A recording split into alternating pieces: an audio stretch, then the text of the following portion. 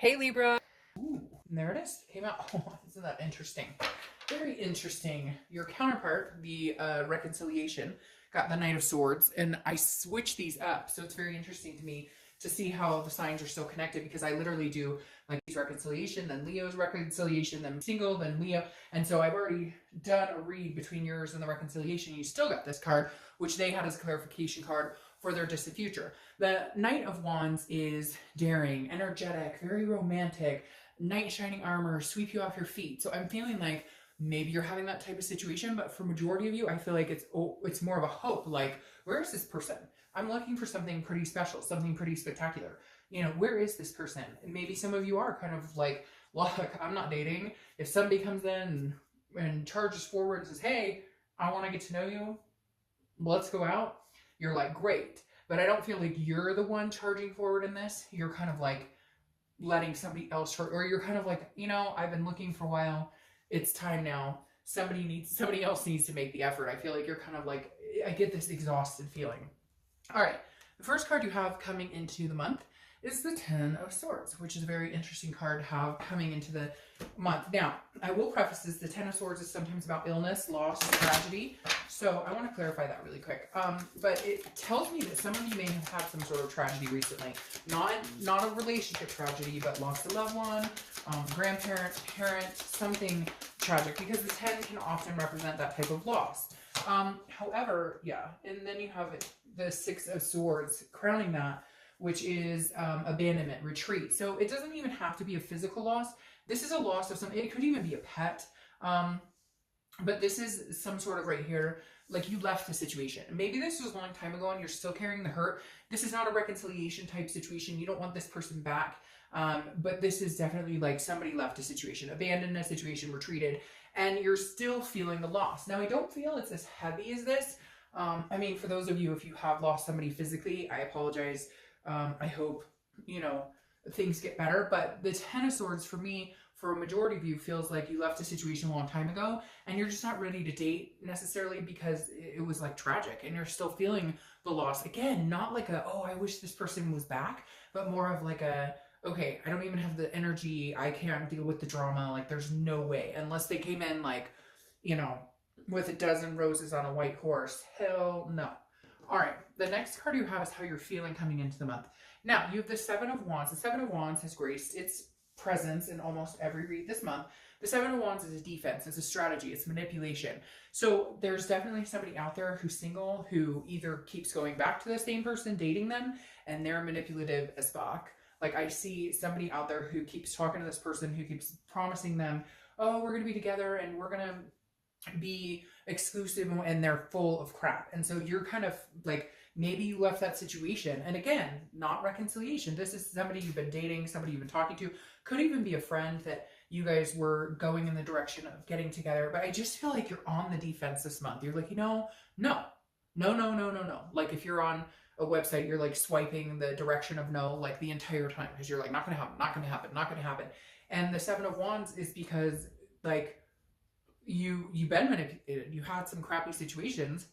And so your walls are up. Anytime I see this, it tells me your walls are up. You're like, no, I'm on the defense. I'm not doing this. The next card you have is anything from your distant past that needs to come up. So anything from the past 5-10 years, could be throughout childhood. You have the Page of Pentacles. The Page of Pentacles always reminds me of somebody who's very practical, very responsible, but still aspires for more than what they have or more than what they want. So the universe is kind of telling you this month, like, you still need to aspire for these dreams, even if there's been crappy stuff going on. And for a lot of you, I feel like this is maybe outside of dating, but it's kind of affected just your general overall mood or what you've been going through or what you're dealing with. And you're just like, I don't have time for this shit. I'm not interested in dating. I'm not interested in people. And I don't want to fall in love again because it always ends up like a tragedy or whatever. But the Page of Pentacles is saying, look, still aspire. Work your butt off, which he's right now is working their butt off.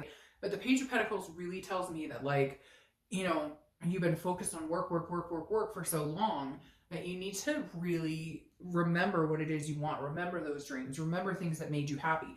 Because don't get lost in the shuffle of whatever this chaos has been going on here. All right, the next card you have is your immediate past. So over the past few weeks, past month or two, and you have the Page of Swords. All right, so you have two pages here. the Page of Swords is telling me this is somebody who's seeking truth and clarity. So you guys must have a lot of stuff going on. Again, not just in love life. Like, this tells me somebody is like thinking about their faith, questioning their spirituality, questioning in general what they want. Because again, this person's looking, they're seeking for some sort of clarity. They're seeking their truth. They're wanting to know the ins and outs of a situation. So I feel like some of you have been dating and you just have not been meeting genuine people. Or if something came up here where maybe you found out something about a past lover or past relationship, and I keep hearing in my head, like, it just keeps piling up. It's getting worse and worse. What the hell's going on? So I don't know. And again, it may be somebody, like, I hate to say tragic, but there could be something that you've experienced recently that has just made you abandon all thoughts or beliefs in love. And yet at the same time, you're still hanging on by a string. So let's see what else is going on here. The next card you have is your distant future. So over the next few months, you have the Ace of Swords. The Ace of Swords is about logic, clarity, power.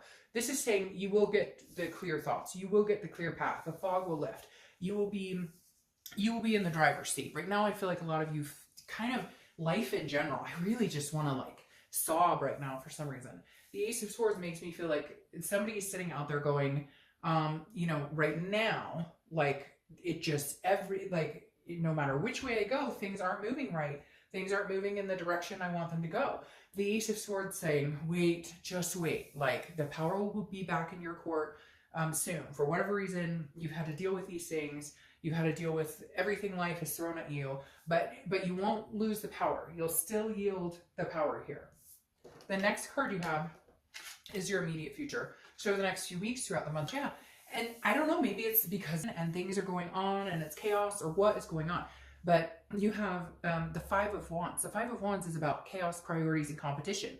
So maybe you're just competing for, well, I don't even feel like it's you're competing. I feel like you're meeting people and you feel like you're competing because you meet somebody and you think, hey, they're really cool. And then they've got like 5 other people they're talking to. And you're like, I'm not interested in dating for the rest of my life. I'm not interested in, dating like somebody who's dating 50 people. I'm looking for one decent human being to have some sort of committed relationship in the future and possibly move forward. And here it feels like maybe you're on dating sites or meetup groups and it just seems like endless chaos. But the thing about this though is priorities. So this is you kind of getting your priorities in check. This is maybe you just kind of working on life itself, work-life balance, all aspects of your life. But I feel like there's kind of a chaos that spilled over a little bit into your work, into life in general, into family, whatever it is, because it feels like this is you trying to get a rein on like every step. And so you're not feeling like going out and meeting the love of your life until everything kind of clears up. Like when it rains, it pours, right? The next card you have, goodness, what have you guys got going on? The Five of Swords. You've got some 5s going on here, so 5s may be a number you need to pay attention to, but the Five of Swords is about a Pyrrhic victory. It's about defeat. I really feel like some of you have been dating and you've just met some really crappy people. Like you've met people who've been like, oh yeah, I think you're awesome. I don't want to be on this dating site forever. And you're like, oh great. And then boom, you're like, really? You're on 10 different dating sites. What are you talking about? You're ready for exclusivity. No, you're not. Or you're like, people are telling you exactly what they think you want to hear. And you're just done. I feel like you're just like your bullshit meter is blown off the charts and you're just like, I'm not dealing with this. And you know what? You're single. And I hate to say that, but I'm telling you what, I have so many friends right now who are in relationships, marriages, committed, you name it, that are going through some rough times. And I had somebody recently say, to a friend of ours, if you're single, just stay that way. So maybe it may seem like, not really fair right now, but maybe you're avoiding some situation so that you find a better one going forward. Now, you have so many air sign cards here. Air, air, air, air, air.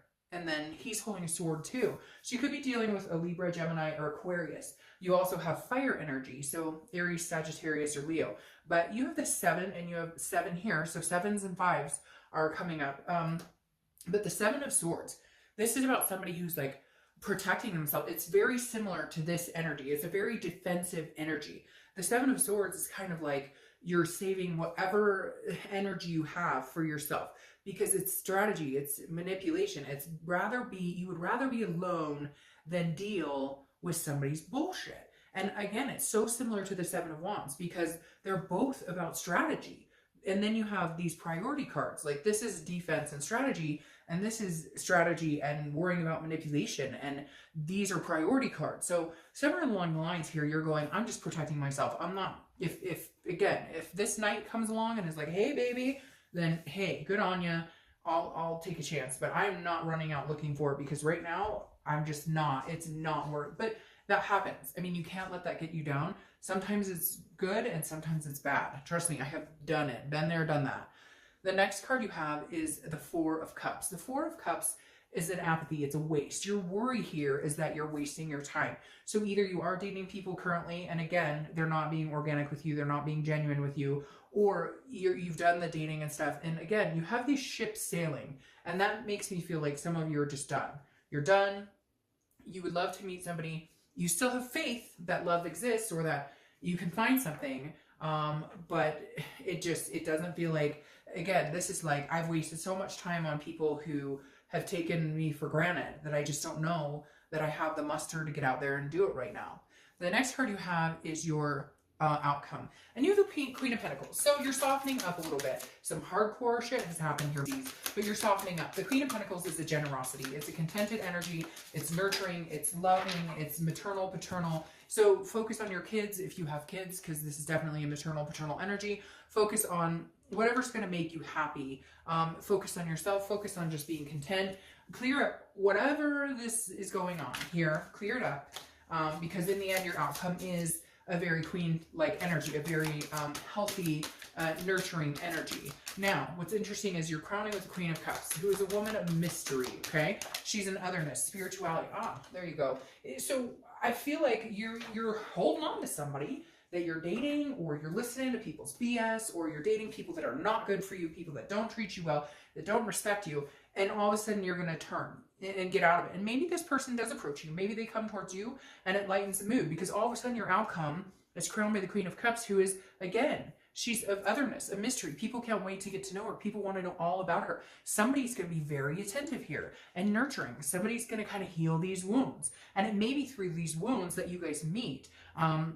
Because again, it may be that you guys meet on territory that's similar. Does that make sense? Like a bereavement counseling, or just a situation where you're like, screw love, like I can't stand, and then you meet somebody who's like exactly the same, but in reality you guys nurture each other. And then you have the Two of Cups here. It's like all this shit, and then like the best outcome ever, because your distant outcome is the Two of Cups, which is twin flame. It's karmic connection. It's soulmate. Don't correct me in the description, because everybody calls it something different, and every time I say twin flame or everybody says it differently. All I know is that it's a fantastic card for love. It is by far one of the best, if not the best, cards for love in the deck. It's about a connection, an attraction on such a deeper level. It's almost like you go through this whirlwind of total chaos to end up with the twin.